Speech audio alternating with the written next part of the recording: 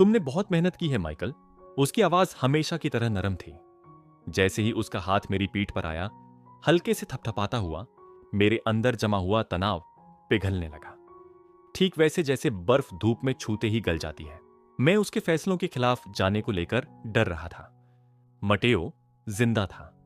मेरे भाई बहनों के पास अब एक ठीक ठाक घर था।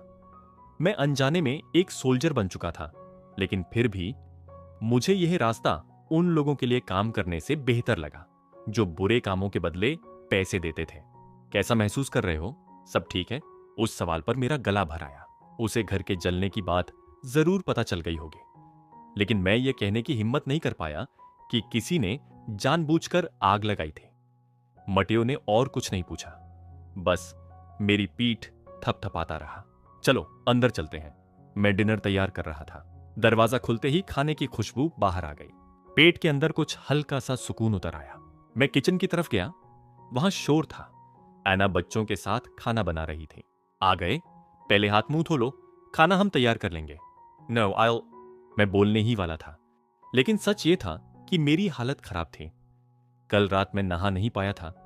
पूरी रात टेंट में करवटें बदलता रहा।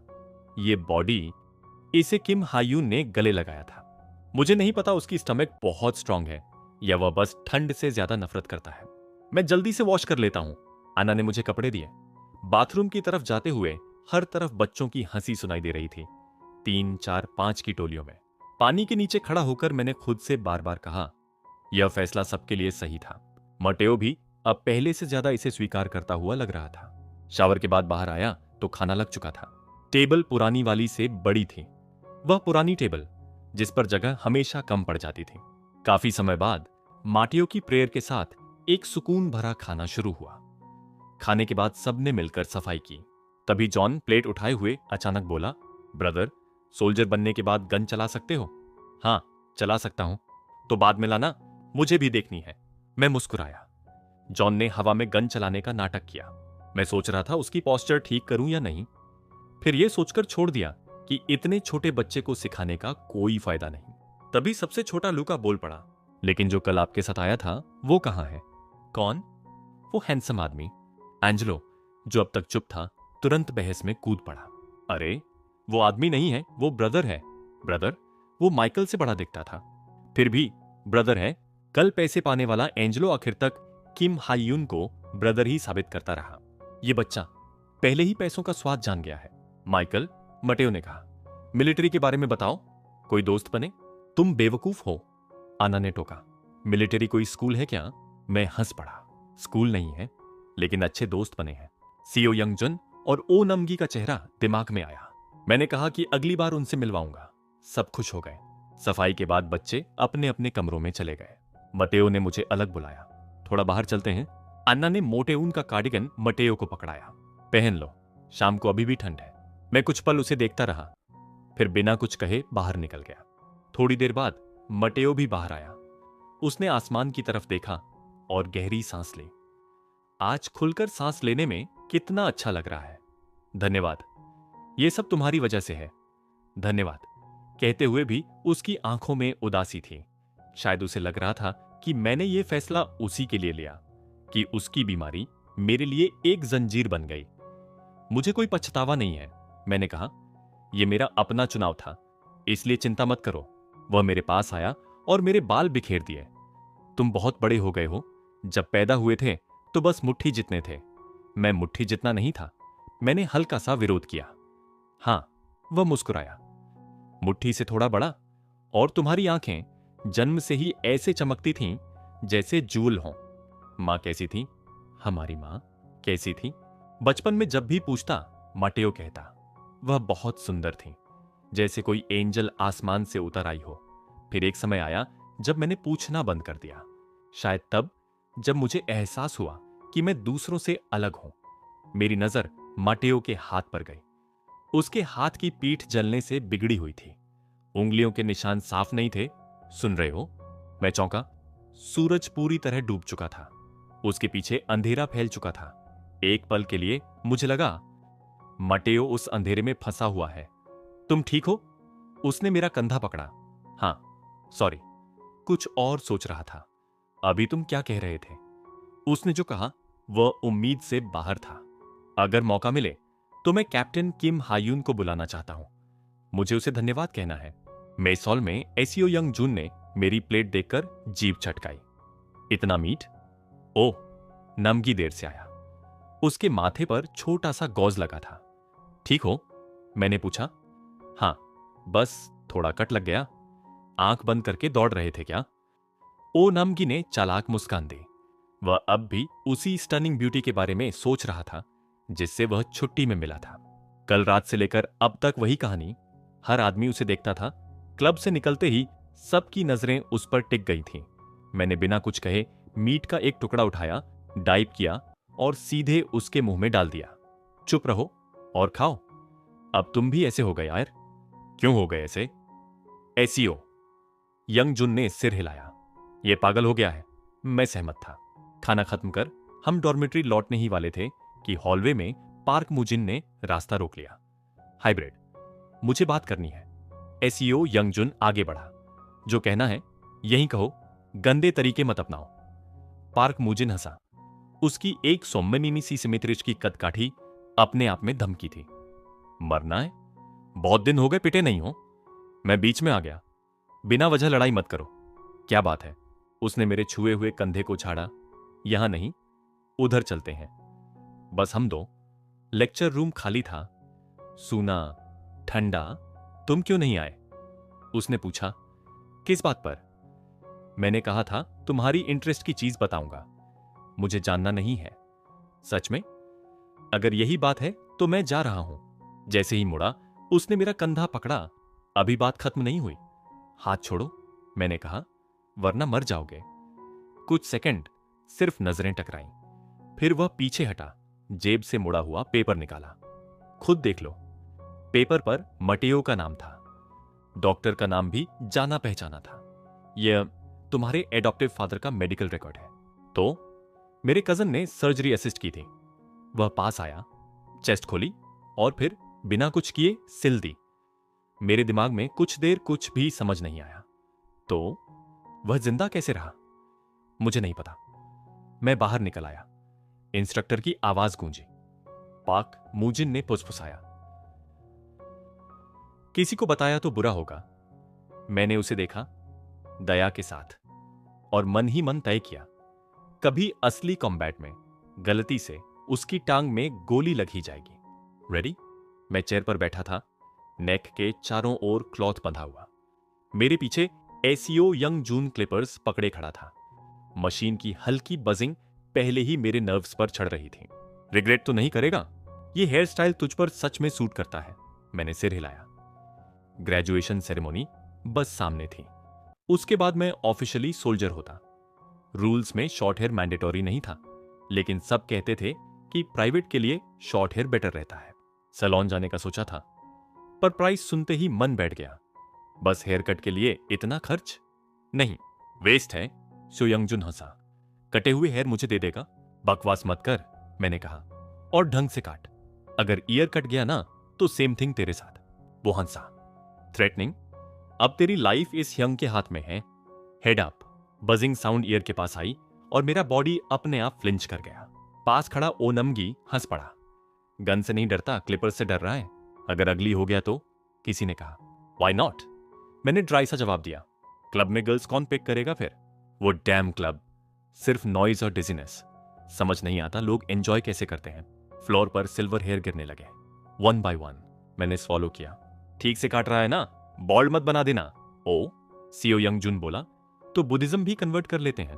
ट्रस्ट नहीं हुआ? मैंने ओ नामगी को बुलाया। वो बस वियर्ड स्माइल दे रहा था। शायद सलोन ही चला जाना चाहिए था। गॉड अनफेयर है, किसी ने कहा। इसका हेड भी परफेक्ट बनाया हो गया? मैंने पूछा। वेट। क्लिपर्स फिर रुके, फिर चले। जब वो चुप हुआ, मैं उठ गया। शावर रूम के कॉर्नर में मिरर था, अभी भी डैम्प। मैंने उसे हाथ से साफ किया, रिफ्लेक्शन देखा और पीछे से आवाज आई, डैम। सोचा था हेयर कट के बाद थोड़ा अगली लगेगा। गॉड एग्जिस्ट नहीं करता, ओ नामगी बोला। हाँ, ईरे के सामने ये नहीं कहना चाहिए। मैंने कट हेयर पाम से झाड़े। सिस्टर अगापे बचपन में वही मेरे हेयर काटती थी। इतने शॉर्ट हेयर मैंने तब से नहीं देखे थे। पाल्म फिर से हेयर पर फिसली। सरप्राइजिंगली मुझे अच्छा लगा। इट्स ग्रेट, मैंने कहा। I like it. CEO Young Jun ने हैंड बढ़ाया। Sir cash please. मैंने उसके पाम पर स्लैप किया। डे ऑफ में फूड मेरी तरफ से, एक्सपेंसिव जगह नहीं। वो कंप्लेन करता रहा। मैं साइलेंटली डे ऑफ के बारे में सोच रहा था। मटेओ, सिबलिंग्स, उन्हें दिखाना चाहता था। और तभी किम हायून का फेस दिमाग में आ गया। अगर वो ये हेयर देखेगा, क्या कहेगा? चेस्ट में हल्का सा ऑकवर्ड हीट उठा। मैं मिरर से नजर हटा गया। पसंद नहीं आया? एसीओ यंग जुन ने पूछा। मैं सच नहीं बोल पाया कि किसी का फेस लेटली बार बार मेरे हेड में आ रहा था। डिस्ट्रिक्ट डी की रूफटॉप पर देखी हुई वो हैंडसम स्माइल और वो फीलिंग जिसे मैं किसी को बता नहीं सकता था। नाइफ हवा में घूमा और रॉटन वुडन प्लैंक में धंस गया। मैंने फिर से एम किया। हेड, फिर ग्रॉइन। पास खड़े लोग बू करने लगे। मैंने नाइफ उनकी तरफ उछाल दी। सब एक साथ चिल्लाए और हट गए। ब्लेड जमीन में धंस गई। बेक्सियोल, पागल है क्या? रैट्स पकड़ने जा, हमें क्यों मार रहा है? मैंने स्नॉट किया। डिस्ट्रिक्ट ए से आए रैट्स। कई बार ट्रैक किया, हर बार फेल। सीवर में मिला वो गाय वियर्डली बैड नहीं लगा। उसे वहीं नॉकआउट करके ले आना चाहिए था, मैंने खुद से कहा। गिलसू दिखा। वो जांगचौन के हाउस की तरफ जा रहा था। सस्पिशियस। मैं डोर के बाहर खड़ा रहा। क्वाइट। फिर डोर खुला। सियोला, गिलसू ने आर्म्स क्रॉस्ड खड़े होकर कहा। ईव्सड्रॉप करना गलत है। मैंने उसे साइड किया और अंदर चला गया।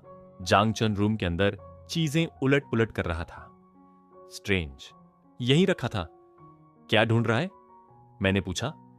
आंसर नहीं मिला। मैंने साई किया और हेल्प करने लगा।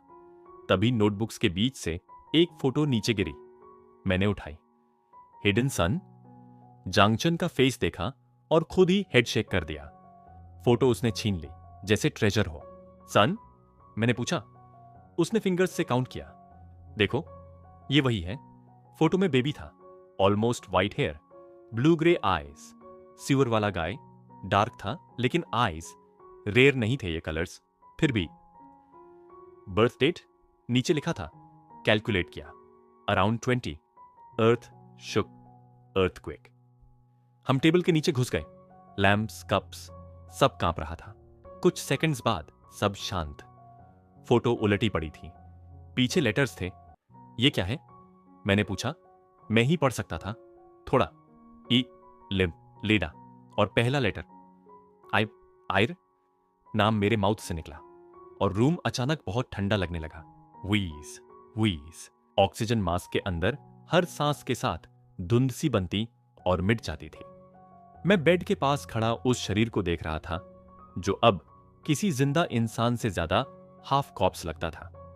फेस पर लिपटी बैंडेजेस और लिम्स ऐसे मुड़े हुए जैसे किसी ने उन्हें जबरदस्ती तोड़कर छोड़ दिया हो।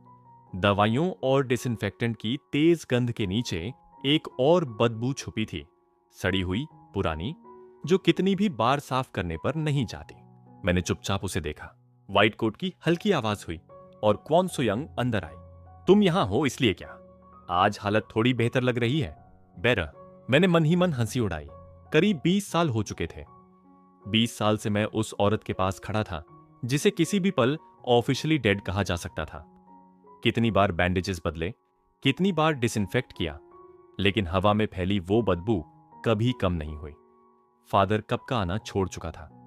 दुनिया ने तो उसे कब का भूल ही दिया था। मैं बिना कुछ कहे पलट गया। सोयंग मेरे पीछे आ गई।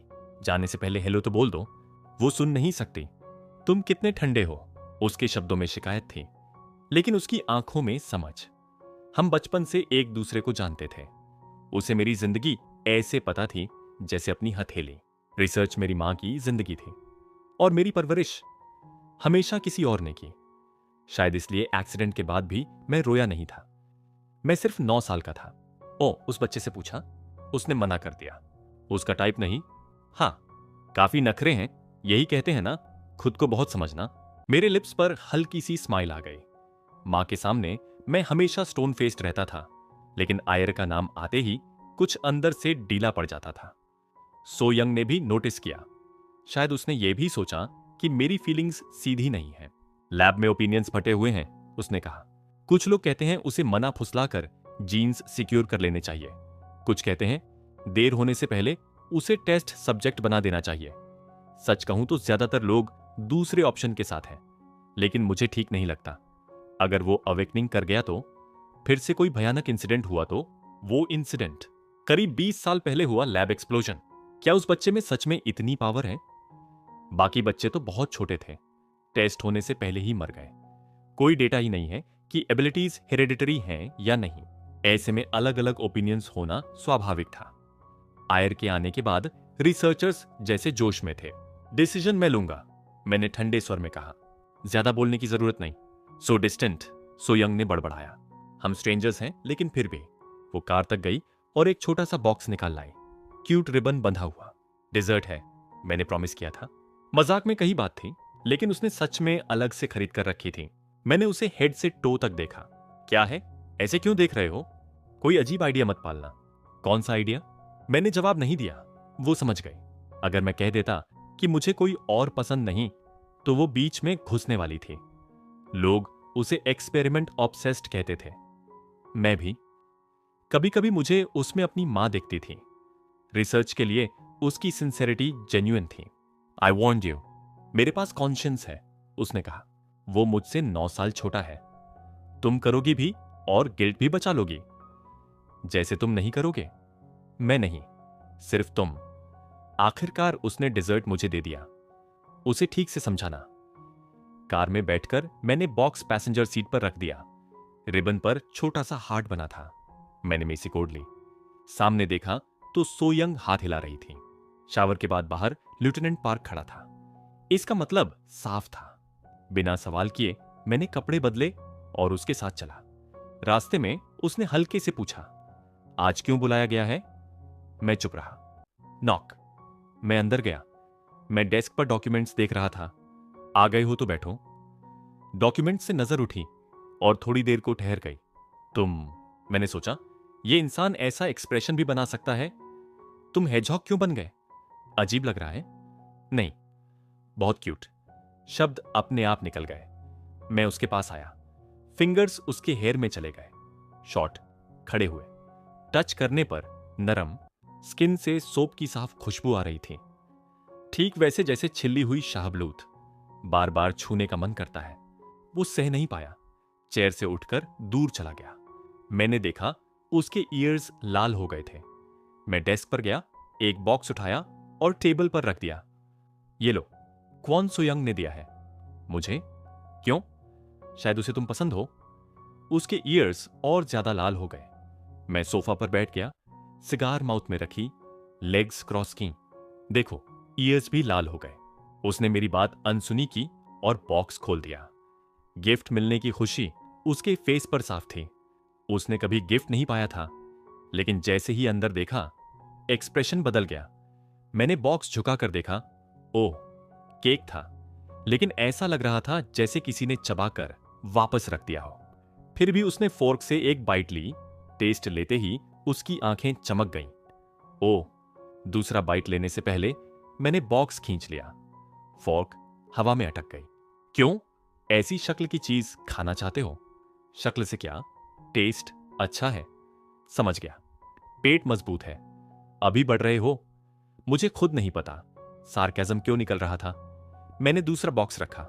Red velvet, heavy. ये मेरा गिफ्ट है। वो फोक रखकर मुझे देखने लगा, आंखों में सवाल भरे हुए। मेहनत के लिए। खोलो। उसने धीरे से क्लास्प खोला। अंदर नाइफ था, मिलिटरी नाइफ। ब्लेड तेज, हैंडल के एंड पर नीला जेम, बिल्कुल उसकी आंखों जैसा रंग। वो उसे देखते ही खो सा गया। फिर अचानक मुझे देखा।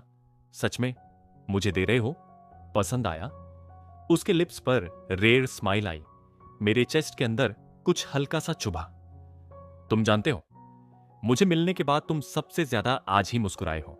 वो शर्मिंदा होकर माउथ रगड़ने लगा। मैंने सिगार बुझाई और उठ खड़ा हुआ। डिनर साथ में करें आज? कल तक छुट्टी है और मैं बोर्ड हूं। वो सोचने लगा, फिर मटियो का नाम लिया।